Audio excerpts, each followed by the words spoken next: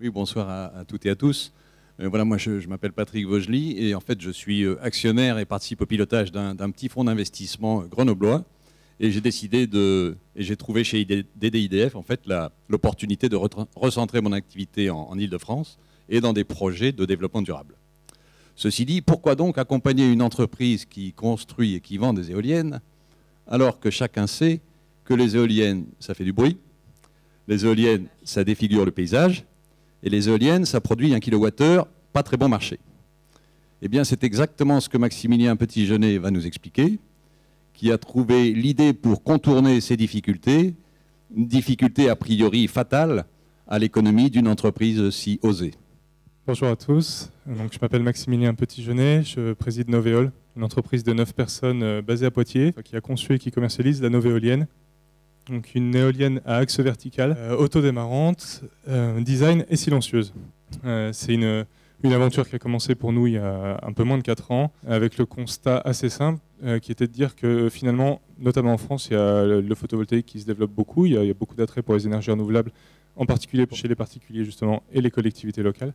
En revanche, le petit éolien n'existe pas ou quasiment pas, on parle du grand éolien, mais le petit éolien a plusieurs freins. L'esthétique, les nuisances sonores, quand on est proche d'habitation, c'est rédhibitoire, et un coût du kilowattheure qui peut être très élevé. On a décidé de s'attaquer à ce problème-là en concevant une machine qu'on a voulu la plus esthétique possible, donc en l'occurrence à axe vertical, hélicoïdal, et complètement silencieuse. On y est arrivé après quelques années de recherche et développement, donc on a maintenant une éolienne qui démarre toute seule dès qu'il y a une dizaine de kilomètres/heure de vent, qui produit absolument aucun bruit, quelle que soit sa vitesse de rotation ou la vitesse du vent, on l'entend jamais fonctionner. Donc elle peut être installée à toute proximité d'une maison sans problème. Et qui a une production annuelle qui est au moins équivalente à celle des autres petites éoliennes qui existent déjà sur le marché et parfois même qui est largement supérieure. Ça fait qu'on arrive à un produit qui est, j'allais dire, qui est idéal pour, par exemple, des particuliers qui souhaitent produire leur énergie verte ou des collectivités locales notamment, parce que on a en France une politique réglementaire qui fait qu'on n'a pas de tarif d'achat sur les petits éoliens, donc on est en autoconsommation, contrairement au photovoltaïque par exemple, on va revendre l'énergie sur le réseau et puis on la rachète à côté. Et du coup, une collectivité qui veut construire un nouveau bâtiment, qui doit maintenant, à partir de 2012, le construire en bâtiment basse consommation, peut s'équiper de ce type de matériel et du coup avoir une réduction de consommation du bâtiment, obtenir le permis de construire, sans avoir aucune nuisance.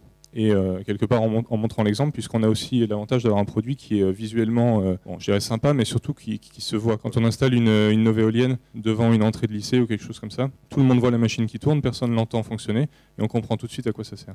En termes de puissance et de production, on a 2 modèles. Un petit modèle qui fait 2 kW de puissance nominale, il faut plutôt regarder, c'est la production annuelle, donc ça produit jusqu'à 3500 kWh par an. Les initiés savent que c'est l'équivalent de la consommation de 4 personnes pour un foyer français, je dirais moyen. Le modèle plus gros de 6 kW donc produit 3 fois plus. Pour un budget qui commence à partir de 15 000 €, on va dire, installé pour le modèle Family qui est derrière moi, et qui est installé sans contrainte réglementaire particulière, puisque jusqu'à 12 mètres de haut, on n'a pas besoin de permis de construire ou d'autorisation particulière, donc à peu près n'importe qui peut l'installer, à peu près n'importe où.